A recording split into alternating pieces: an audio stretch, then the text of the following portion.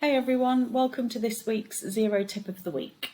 So today I'm going to show you how to use the calculator function within Xero. It's been around for ages, but not everybody knows about it, so here's a quick way of doing it. So here we've got a sales item. What we're going to do is apply a discount. Now we're not going to use this column just for these purposes.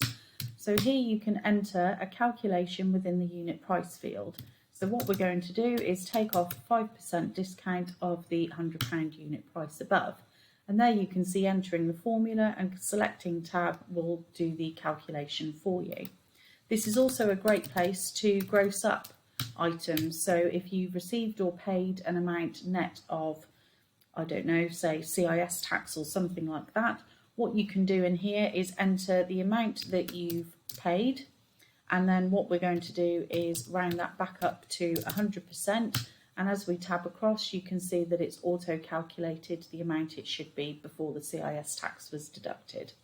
So that's a quick way of doing calculations within Xero when you can't find that pesky calculator. Thanks very much guys, see you next week, bye.